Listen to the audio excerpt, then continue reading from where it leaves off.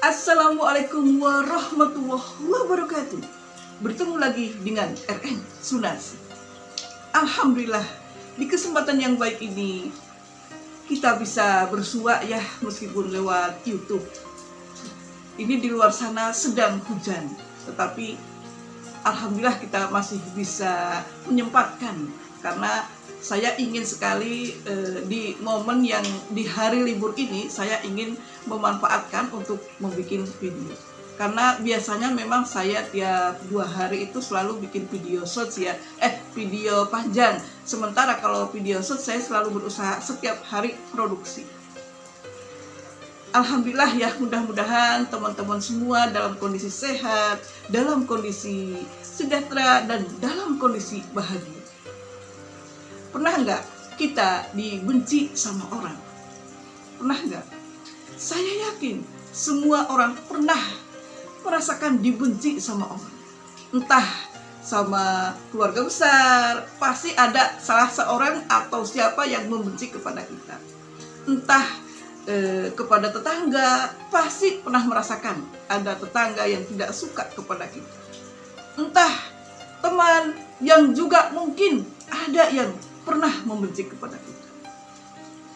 Namun kita tidak perlu takut, tidak perlu resah, tidak perlu gelisah dengan perlakuan yang seperti itu, perlakuan negatif seperti itu. Kita tenang saja, karena kita saya dalam hal ini akan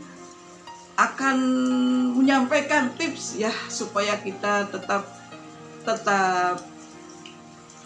tidak tergoyahkan meskipun ada yang membenci kepada kita ya, karena saya yakin ini pengalaman semua orang. Pasti ada yang pro dan ada yang kontra kepada kita. Meskipun ya kita itu selalu berusaha berbuat baik kepada orang, baik itu kita itu berusaha menjaga perkataan kita supaya tidak sampai menyakiti orang. Kita juga menjaga perbuatan kita supaya tidak sampai menyinggung orang. Dan kita selalu dalam diri ya, setiap hari itu ditanamkan supaya selalu berbuat baik. Tetapi pasti akan ada orang yang selalu membenci kita. Bukan tugas kita membahagiakan semua orang, karena orang pasti ada yang kontra dan ada yang pro kepada kita. Yang pertama, ketika ada orang yang membenci kita, kita tidak perlu resah dan gelisah ya. Artinya kita tetap berusaha baik kepada dia. Jadi kalau misalnya ya ada tetangga yang tidak suka kepada kita ya biasalah, kan tetangga biasanya begitu ya. Biasanya kalau kita punya kelebihan apa, misalnya anak-anak kita cerdas, atau kita memiliki barang-barang yang kita membeli barang yang bagus yang dia tidak punya, pasti ada rasa iri dengki dari tetangga. Tetapi kita jangan sampai membenci kepada tetangga gara-gara mereka benci kepada kita. Jadi kita tetap berlaku baik kepadanya. Dan juga kita harus introspeksi diri ya. Jadi jangan sampai membuat tetangga itu selalu membenci kepada kita. Jadi yang pertama adalah kita tetap berbuat baik kepada tetangga atau kepada orang yang membenci kepada kita. Kemudian ya yang kedua adalah kita itu fokus kepada diri sendiri. Artinya apa ya?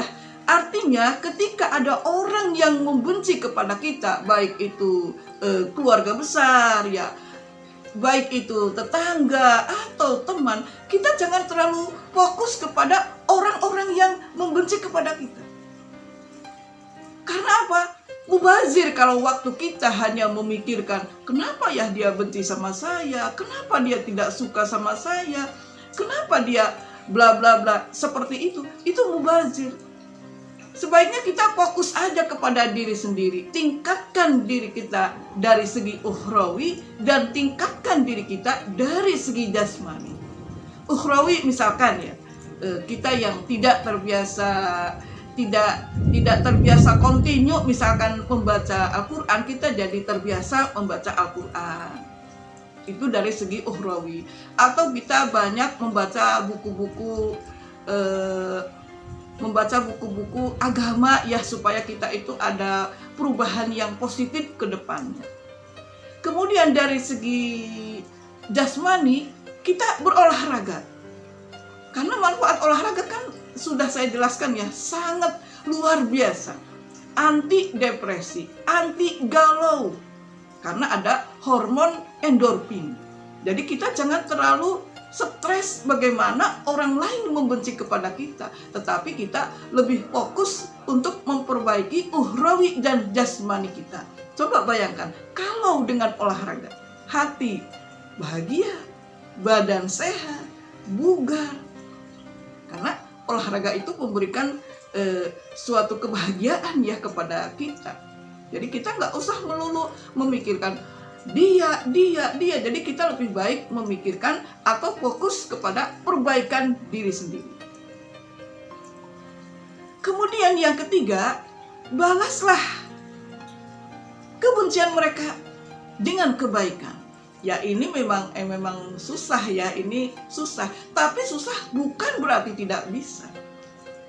Dulu memang ada contoh ya, Nabi Muhammad ketika dibenci, ketika dihujat, ketika tidak disukai oleh orang-orang yang kafir, orang-orang yang memusuhi, Nabi Muhammad selalu berusaha baik.